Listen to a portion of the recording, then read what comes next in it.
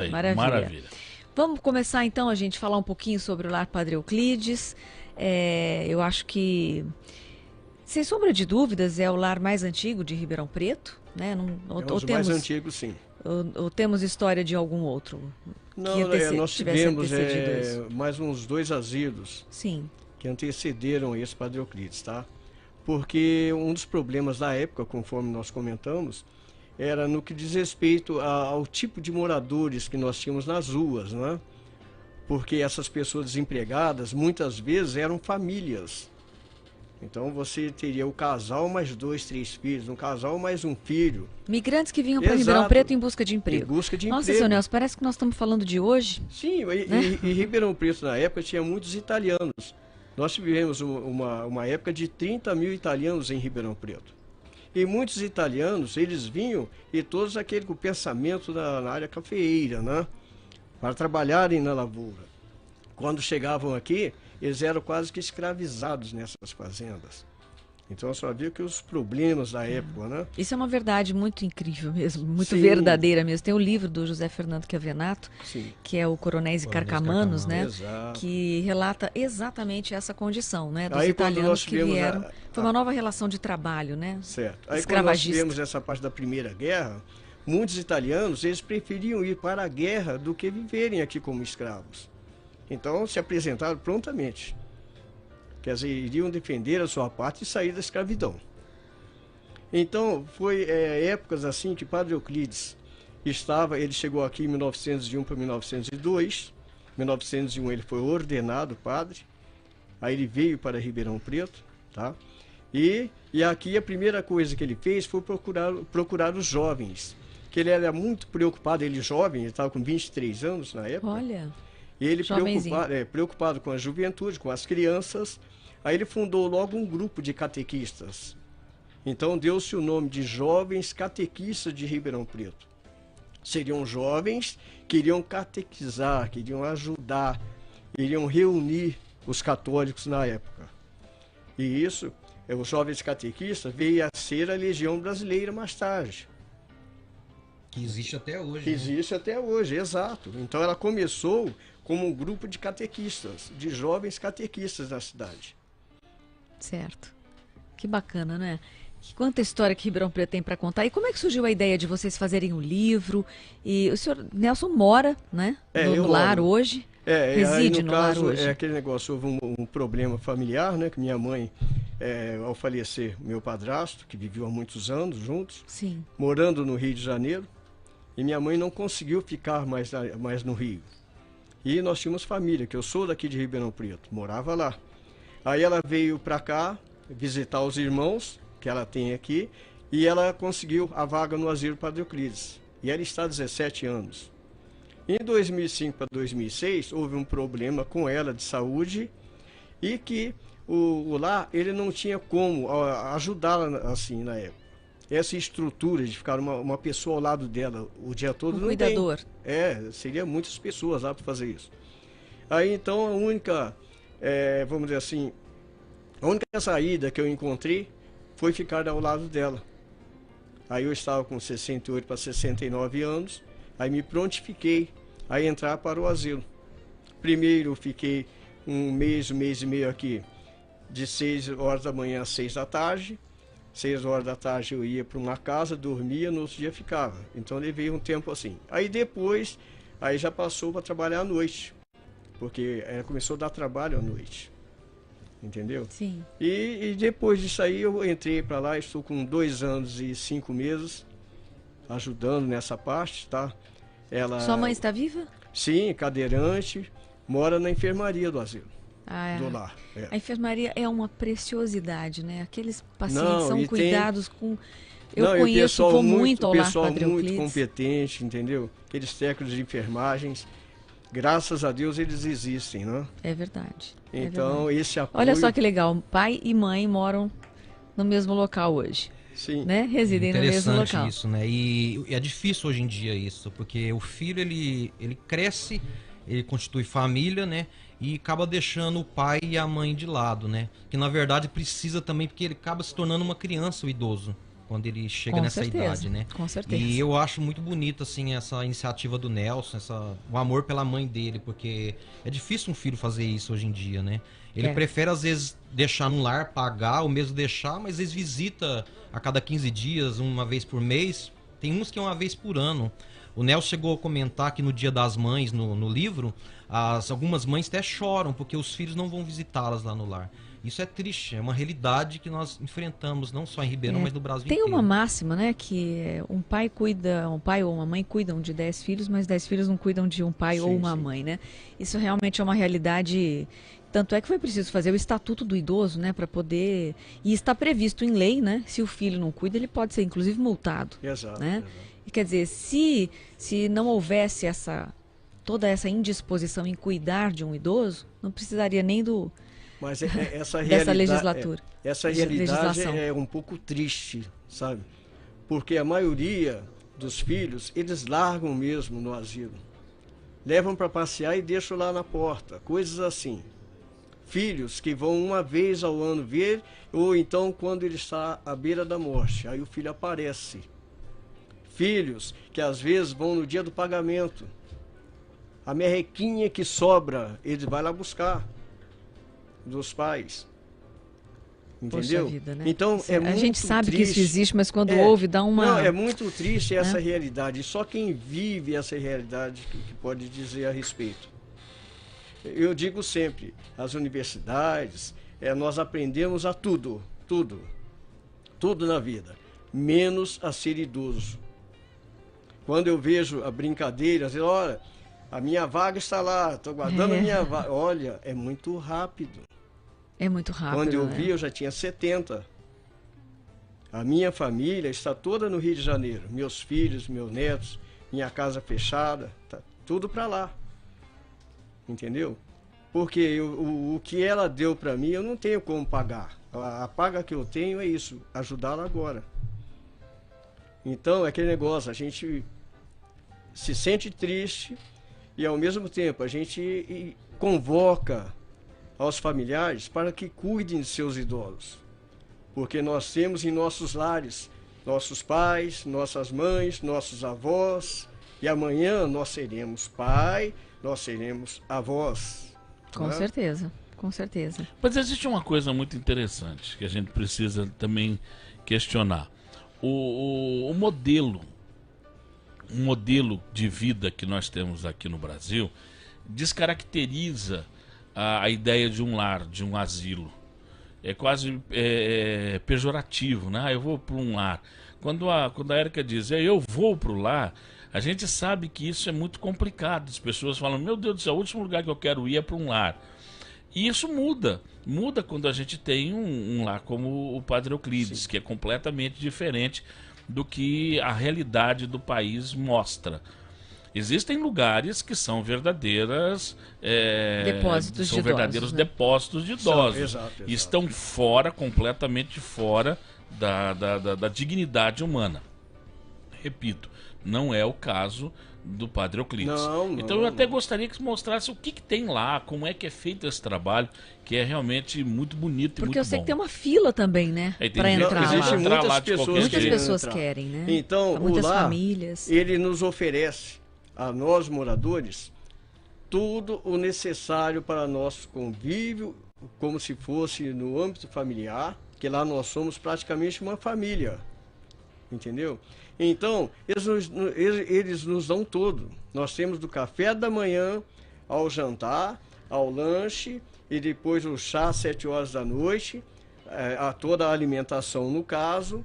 Nós temos roupa, a nossa roupa. Tem costureira lá. Lá tem costureira. Tem costureira que trabalha, né, no ajuste das roupas, das roupas que são doadas. Os remédios, entendeu? Além dessa parte, desse apoio de enfermagem e tudo, recebemos os remédios.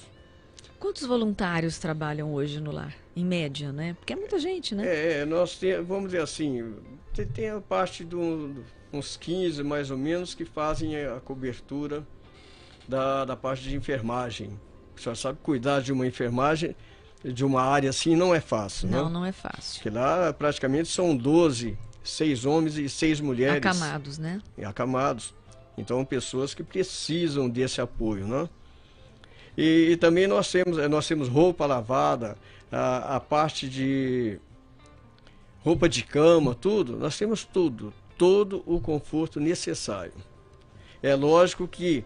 E funciona com doação, a população doação, tem, né? Exato. E o idoso... Algumas empresas de Ribeirão Preto são grandes doadores. Que participam, são grandes doadores. Né? E alguns idosos, quando chegam, eles trazem também aquela, às vezes, uma mágoa, entendeu? Que eles trazem lá de fora, para dentro do lar. Às vezes a senhora faz uma festinha, nós temos 40 e vão 10 na festinha, porque os outros ficam fechados. Rancorosos. Mas eles necessitam de uma visita, de um apoio, assim, uma pessoa bater Eu um acho papo. que esse rancor é uma medida protetiva, Sim. porque as pessoas já apanharam tanto na vida, a forma de, não é? Fala, por que eu vou me envolver ali afetivamente se depois eu posso levar outro tropeção? Então deixa eu ficar quietinha no meu canto. Realmente. Não é? Interessante, o De Grande havia comentado sobre esse modelo que o padre Euclides realizou ali no lar, de você fazer um lugar realmente que parecesse a casa do próprio idoso, né? Porque o padre Euclides, aqui no livro, na pesquisa que o Nelson fez, ele foi um dos pioneiros. Vou mostrar o livro aqui enquanto o Max casas, fala sobre ele. Pequenas casas, porque antigamente os idosos, os mendicantes, eles eram enfiados em albergues. Não havia esse modelo há 100 anos, muito pouco. Ele foi um dos pioneiros no Brasil a fazer isso, de colocar casas para os idosos, casas separadas, para 2, 3 idosos no máximo. Tanto que ele fez isso em São José do Rio Pardo, ele fez isso por onde ele passou, ele usou esse modelo. Ele falou assim, eu não quero fazer algo que pareça um lugar onde seja realmente um depósito de idosos, de velhos. Quero fazer casas realmente para que eles se sintam como se estivesse na casa deles. E foi o que ele fez. E vários outros lugares, várias cidades copiou esse modelo, não só em São José do Rio Pardo, como em Ribeirão Preto. E ele foi pioneiro. É interessante isso aí. Que bonito. E muda bem esse parâmetro, né? O parâmetro do depósito. Que eu repito, infelizmente é uma realidade que nós enfrentamos no Brasil. Porque nem todas as casas têm condições de abrigar os seus idosos como deveriam. Às vezes não é nem pela vontade dos proprietários, dos diretores, é porque não vem dinheiro mesmo. A gente sabe que a prefeitura faz um repasse ordinário para esse pessoal. Nós temos aqui no grupo a mentoria social, que faz essa orientação como essas casas podem buscar o dinheiro necessário, né? os recursos. E a gente percebe como é difícil captar esse dinheiro, né? Então muitas não conseguem realmente fazer, algumas fecham. A gente teve exemplos aqui em Ribeirão Preto, lá de São Francisco, né? Sim. Que fechou. Não, lá São Francisco está aberto. Não, é um qual que fechou? Lá São Francisco é um hospital de retaguarda, né, para acamados. Teve um que fechou. A gente teve um lar no Campos Elíseos que fechou. Foi no Campos Elíseos. Eu estive lá uns 3 meses atrás, mas não me lembro, não recordo o nome. Eu também. agora fiquei com São Fechou, Francisco, sim. foi o que fechou. São Francisco só tem acamado e tem crianças acamadas também. É um dos lugares que precisa muito de repasse, porque tem muita medicação, né? São pessoas que estão esse lar terminais, que pacientes Campos terminais. Elíseos, ele também já tinha parece que mais de 70 anos. Era um lar que uma pena ter fechado. Né? Então, isso tudo é por falta de dinheiro, do dinheiro público, quer dizer, não vem as prefeituras, a prefeitura não faz o repasse como deveria fazer. Então o que acontece? Fica uma situação quase inadministrável pro sujeito que é responsável. Esse problema o Padre Euclides também tem, mas tem um pouquinho mais de recursos. Tem gestão, Não, tem uma excelente gestão também, né? Sim, gente? e também ele oferece também, vamos dizer assim, para a cidade, né? Quermesses. Ele oferece festas, galinhadas. Durante o ano sempre tem, entendeu? Como o lar antigamente tinha uma quermesse, que era o apoio principal do lar Padre Euclides durante mais de 40 anos, foi uma quermesse, que tinha aquele trenzinho que andava ali por dentro do lar, passava ali perto do muro do cemitério, ia perto da Luiz Barreto, voltava. Então, nós tínhamos na época, na ocasião, essas quermesses, que dava toda uma estrutura, esse apoio, né? Nelson, parece que essas quermesses era o centro festivo de Ribeirão Preto. Sim, toda a região parece que vinha pra cá, né? Era a festa mais, assim, badalada, assim, da época, mais conhecida. E o Maraca tá avisando a gente que lá é o Lar Vicentino, né? É o Vicentino. Isso, exatamente. É isso mesmo, Maraca. Maraca, Obrigada, querido. eu vou te contar, tô naquela fase que eu tô trocando. Mas não vem querer pegar minha vaga, não. Vem querer pegar minha vaga lá, Jesus não. por Genésio, o negócio tá bravo. Então, na verdade, são os vicentinos. E o Maraca está dizendo, inclusive, que alguns idosos dos vicentinos vão ser recebidos pelo Padre Euclides, né? Parece que já está acertado aí. E outras instituições de Ribeirão Preto também vão receber, porque precisa haver esse apoio, que é muito complicado, né?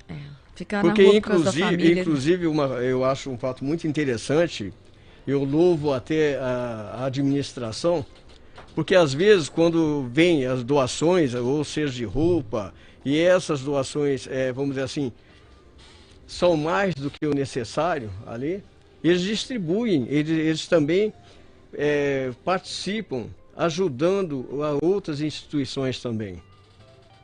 Entendeu? Para então não ficar tem uma esse coisa apoio, só, né? Lógico, para não haver estrago também, né? Muito interessante. E essa história do Padre Euclides, como é que foi o interesse em escrevê-la? Por quê? Mais ou menos 1 ano e meio atrás. Você é pesquisador? Eu passei a ser. Passou a ser? Ah, muito virou bom. morador do lar. Porque as irmãs, elas estavam com a ideia de fazer folhetins, qualquer coisa assim para o centenário. Entendeu? Então, eu conversando, a gente trocando uma ideia a respeito do que poderia ser feito, aí eu dei ideia, por que não fazemos um livro? Aí ela falou assim, não, seria muito bom. Aí eu perguntei o que elas teriam para me ajudar. O escritor já tinha, né? Porque eu escrevo há alguns anos, tá? Então eu tenho alguns livros que não foram editados, mas prontos para edição. Tenho até Santiago de Compostela, que eu fiz em 2007, 31 dias lá na Espanha. Fiz o caminho de Saint-Jean-Pierre-Port até Santiago. Então eu tenho um livro pronto para edição sobre o caminho. Mas aí eu conversei com as irmãs, falei, não, se vocês tiverem material, aí colocaram um acervo à minha disposição. Então, e esse acervo está no lar? Já encontrei no lar. Olha só, gente. Eu já encontrei ali material para fazer esse livro. Tem um arquivo. A maior parte da pesquisa, com 70%, né? Foi mais ou menos. E outra coisa também. E é bem preservado esse arquivo? Sim, e outra coisa, eu encontrei também um amigo aqui que é pesquisador, que é historiador, e sem ele também eu não teria conseguido fazer. Então eu agradeço muito ao Max por esse apoio. Que legal. Que ele me deu, olha, que me porque ofereceu. não foi só um trabalho isso pra mim, sabe? Sim. Porque a gente tem o trabalho, mas é bom você trabalhar com aquilo que você gosta. Eu fiz fundamental. por amor e paixão a história de Ribeirão Preto. E eu tinha já escrito alguma coisa sobre o Padre Euclides no livro Ribeirão Preto e a Primeira Guerra Mundial, em setembro, que eu lancei. Mas foi um resumo. Quando eu li a pesquisa que o Nelson trouxe pra mim, ele trouxe o material pra montar o livro, já eu fiquei redigido. encantado.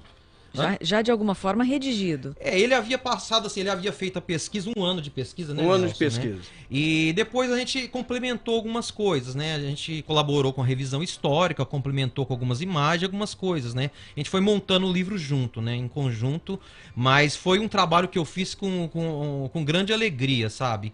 Porque eu gosto muito de trabalhar com livros sobre a história da minha terra, né?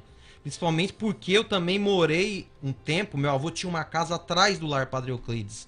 Meu avô era italiano, né? E eu não saía ali do lar também, ia pegar a jabuticaba ali. Essas jabuticabeiras são tive famosas, um tempo, hein? são muito famosas.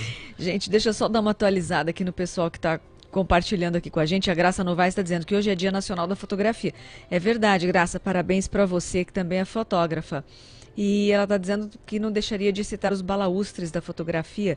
Tony Miassaca, João Rossato, Elza Rossato, Amêndola, meu pai querido, Piton, Pimenta, Calzani, André Dibi, Weber Cian, Daniel Bittencourt e tantos outros, Thor Crespi, Amêndola também, um baita do fotógrafo, né? Jonathan Wilkins, e aí vai. Joel Silva, que esteve conosco aqui esta semana. Evidente. E a da Graça está dizendo que tem também o caso da Odete, que foi ela, a mãe e o cachorro para o lar Padre Euclides, há uns 20 anos mais ou menos. Não sei. O Rick está dizendo que no Rio de Janeiro foi inaugurado o ano passado a primeira creche para idosos do Brasil. E um estudo alerta para o enorme crescimento de pais órfãos de filhos. Abandonam eles em asilos, casas de repouso e esquecem de visitá-los. É o que falávamos há pouco aqui, Rick. Parabéns pelo trabalho do Lar Padre Euclides. Ribeirão Preto tem creche para idoso. A primeira creche para idoso já foi, falamos da Darcy Vera agora há pouco, foi no governo da Darcy que foi inaugurada aqui. A Elis Fernanda está dizendo, gente, graças a Deus pelo Lar Padre Euclides, porque o que você vê de lugares que tratam mal, lugares que deixam os idosos abandonados, que estão longe de tratar os idosos como família. Não é brincadeira. A Graça, de novo, está dizendo parabéns para o Rafael Silva Coelho, voluntário que faz a festa dos aniversariantes do mês lá no lar há 18 anos. Olha, tanto tempo. A participação do Maraca, que nós já lemos. Márcio Bourbon, o pessoal tá bombando aqui com a gente hoje. Tá cheio. Boa tarde a todos. Eu quero, mas na verdade eu queria presentear a minha mãe com o livro, com a história do Lar Padre Euclides. Ele gostaria de ganhar ou comprar. O livro está à venda? Não. Não? Ele pode me procurar lá no Lar Padre Euclides. Procura o autor aqui, o Nelson, tá bom? Olha aí, Márcio, ganhou o livro para sua mãe. E o Alessandro Maraca nos lembrando aqui, não é? Que o lar vai receber os outros idosos. E o Márcio Vasconcelos está dizendo, amigos, o convidado comentou a idade dele. Quando eu crescer, quero ter essa lucidez para você passar receita, Nelson. Tem receita? Mesmo, né? Tem receita? Olha, Márcio, eu vou te falar uma coisa, ele não tem nem ruga, o bandido. É verdade. Ô, Nelson, São você internos. fez o caminho de Compostela, vai o quê? Eu tinha uns 60 anos, mais 60 ou menos. anos. 815 foi em quilômetros, 2007. 815 quilômetros. 31 dias. O dia que eu andei mais foi 45 quilômetros no dia. E o que eu andei menos... eu estou andando 30 aqui, 35. Eu estou fazendo o Caminho da Fé. Aí eu já estou... Márcio, está prestando atenção, Márcio? Aí eu estou fazendo tá o Caminho da Fé. Então, uma vez por mês, o lar deixa eu sair, né? Alguém cuida da sua eu mãe? saio um dia antes. Então, passo um dia caminhando, volto. Aí, no outro mês, que eu vou fazer mais um caminho. Mas esse dia caminhando, você vai até onde? Sai de onde? Não, vai até onde? olha, eu saí daqui, fui para São Simão, Ribeirão Preto, São Simão, Santa Rosa de Viterbo, Santa Rosa para Tambaú, Tambaú para Casa Branca, tá? Agora estou adiante de Casa Branca. Olha só, tem uns amigos que fazem esse caminho. O pessoal gosta de Não, eu vou dizer, é bom demais, né? muito bom, viu? O primeiro caminho que eu fiz foi o Santiago. Aliás, o primeiro foi com 10 anos, fazendo aqui em Ribeirão Preto, essa festa de São Bom Jesus, Bom Jesus da Lapa. Eu fui com meu avô a pé, né? Eu tinha 10 anos. O pessoal vai descalço, né? Esse foi o primeiro. Mas está dizendo, pelo amor de Deus. Eu fiz em Rio de Janeiro, Aparecida do Norte. Rio de Janeiro, Aparecida do Norte. Foram só 250 quilômetros, 7 dias. Olha, que beleza. Só 250 quilômetros. Que maravilha. Eu não ando nem 5 quilômetros. Então, isso nos ajuda muito, Com sabe? certeza, não isso tem nos dúvida. ajuda muito. Não tem E pensar que Padre Euclides, quando ele fazia as suas caminhadas, queria pedir doações nas fazendas, ele andava muito mais do que isso.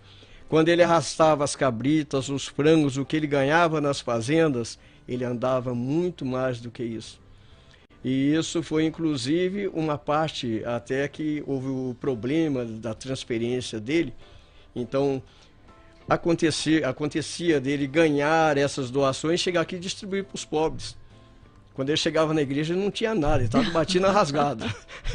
Entendeu? Um São Francisco de Assis aí. Então, quando ele chegava nas fazendas, cheio de colonos, pessoal paupérrimo, e tinha uma capelinha. Ele chegava lá e ele fazia uma procissão. Vamos fazer uma procissão. Ele levava todo mundo para a capela, então abraçava todo mundo.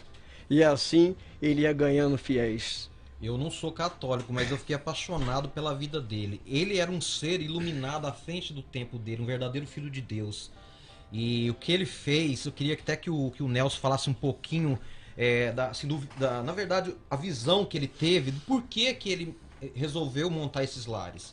Em Botucatu, em Ribeirão Preto, em São José do Rio Pardo. Por quê? Parece que ele teve uma visão, né, Nelson? Ele tinha problema de tuberculose. Tá?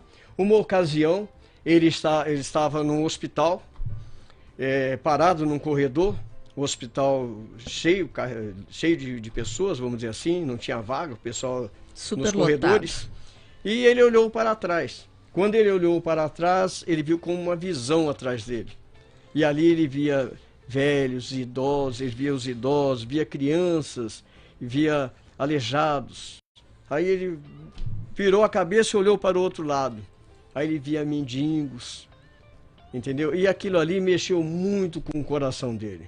Na hora ele fazia assim com a cabeça e não sabia por quê. E o que ele estava vendo, ele olhava para trás e via a mesma coisa. Aí parece que foi como se iluminasse o seu ser. Ele fecha os olhos, ele abre, não, eu vou ajudar. A partir de agora, eu vou procurar ajudar quem precisa. E ele viveu para isso. Ele viveu.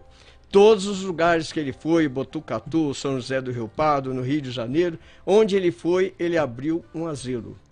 E outra coisa, o asilo, Padre Euclides, o daqui, quando ele foi fundado, o Padre Euclides não estava aqui. Que o Padre Euclides, ele foi transferido para várias cidades, porque em cada lugar que ele ia, ele fazia a mesma coisa.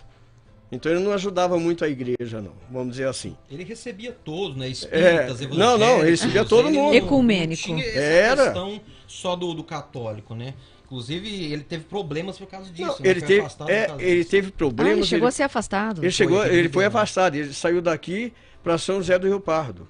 De imediato, uma igreja evangélica ofereceu um bispado para ele. Falou, não, aqui você vai ser um bispo. Ele falou assim, não, eu nasci católico e católico eu morrerei. Entendeu? E ele era uma pessoa, o espírito dele é de caridade, entendeu? Muito, ele só fazia caridade. E ele... Desculpa. Aí ele é uma pessoa que ele fazia caridade, ele é patriota. O patriotismo dele, vou dizer uma coisa para ti, ele era demais mesmo. Já vindo de uma família, o pai coronel, entendeu? Então, ele tinha em seu coração já aquela formação, né? E de gostar pela pátria dele. Até, Marcos, tem aquele problema da data do descobrimento do Brasil. Foi levantado porque que o descobrimento estava em 3 de maio. E foi levantado aqui em Ribeirão Preto. E foi levantado aqui. Não sabe disso. Mas o que acontece? Nós tivemos lá atrás aquele calendário juliano da época do descobrimento do Brasil, 1500, era o calendário juliano.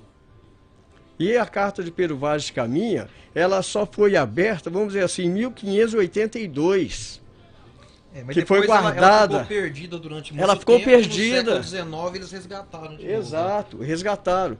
Então, o Brasil, durante muito tempo, eles faziam o descobrimento do Brasil como sendo 3 de maio. Data. 3 de maio era o descobrimento do Brasil, por é. causa desse erro histórico que eles já sabiam, algumas pessoas sabiam, os políticos, os líderes, mas a população em geral não. Aí um grupo de historiadores de Ribeirão Preto, incluindo o Plínio Travassos, pediu para um deputado federal na época, no Rio de Janeiro, para que voltasse a data original, 22 de abril, e através dessa lei, que ele também era um historiador, esse deputado federal, colocou 22 de abril novamente, que é a data original do descobrimento da descoberta do Brasil. Né? Olha e muita isso. gente não sabe disso, né? E a gente estava falando do afastamento do Padre Euclides, ele teve umas divergências com o Dom Alberto José Gonçalves, exatamente por causa que o Dom Alberto queria que ele seguisse as regras da Igreja Católica, como devia ser, era o correto, na verdade. Mas ele achava que a caridade estava acima da religião. E ele saía com a camisa que ele ganhava, uma camisa bonita, e voltava sem a camisa, com a camisa velha. Ele dava tudo que ele tinha. E houve algumas reclamações da própria mãe e da irmã do Padre Euclides, que ele estava doando para os pobres o próprio renda, o próprio salário. Eles reclamaram com o Dom Alberto, né? E ele atendia evangélicos, ele fazia casamento sem as regras da Igreja Católica, né?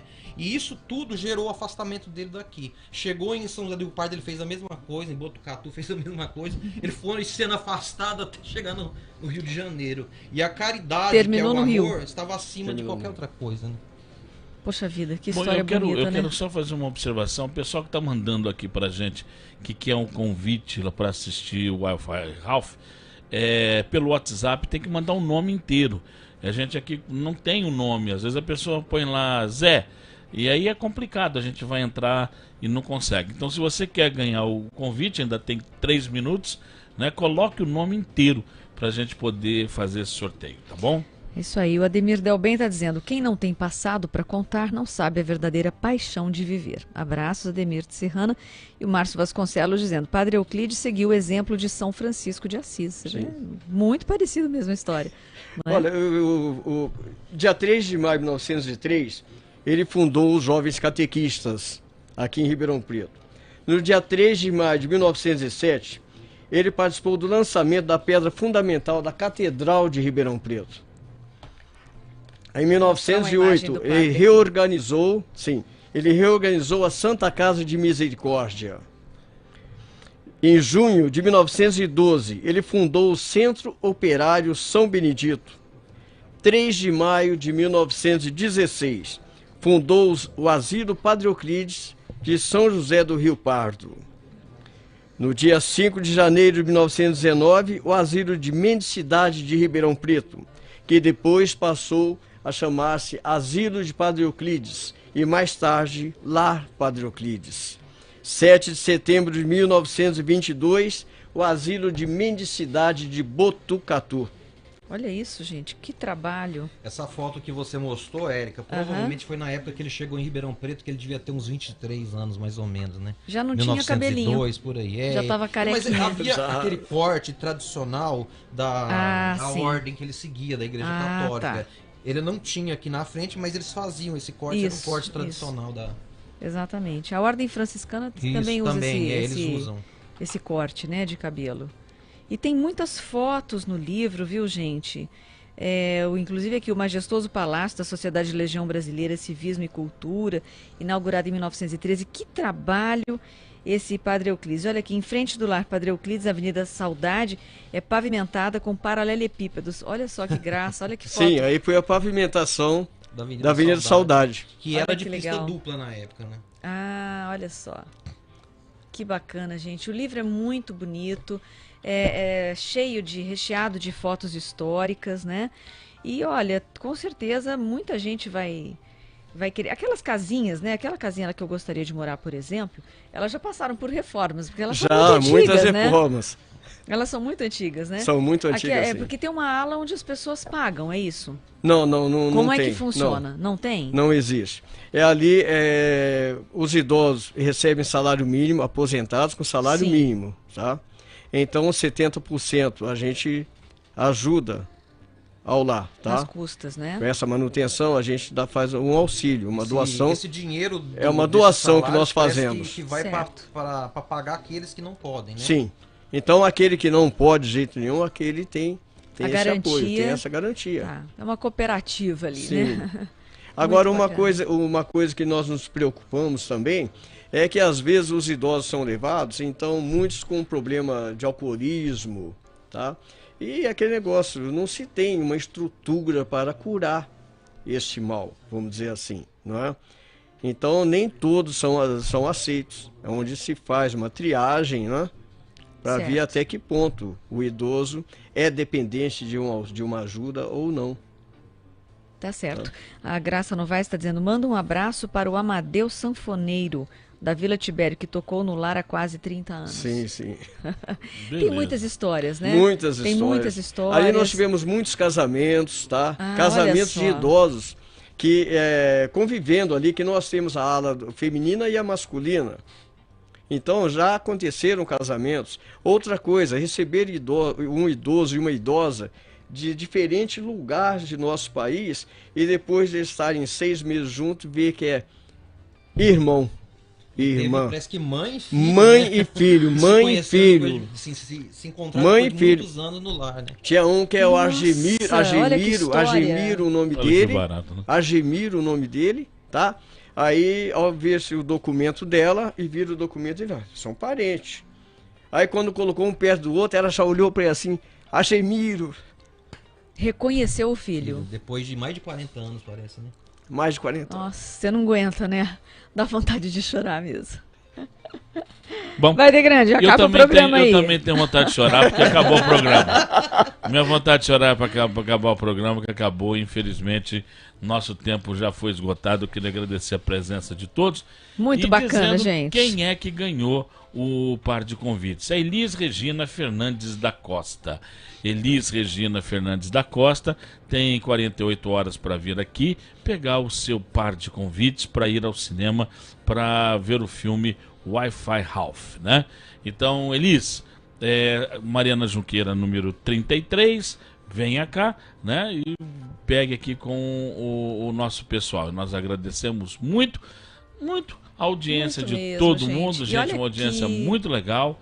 E agradecendo a presença de todos. E olha aqui o livro, Degrande. Quem quiser o livro é só procurar pelo seu Nelson lá no lar. Dá uma Você vai ver a fila que vai fazer lá, hein? Né? E vamos distribuir. Eu já ganhei o meu. E eu também. Então eu quero agradecer. Lembrando a todos que hoje, às 22 horas, nós temos o De Noite. Hoje vamos falar de política. E é o primeiro De Noite do ano, falando do Bolsonaro, né, que assumiu. Nós temos convidados ligados a isso. Então, é muito bacana. Agradecendo a todos. Vem aí o pessoal da Metamorfose. As borboletas estão no ar. Daqui a pouco a gente se encontra lá às 22 horas no De Noite. Um abraço para todos. Um abraço, gente. Um beijo. Até amanhã.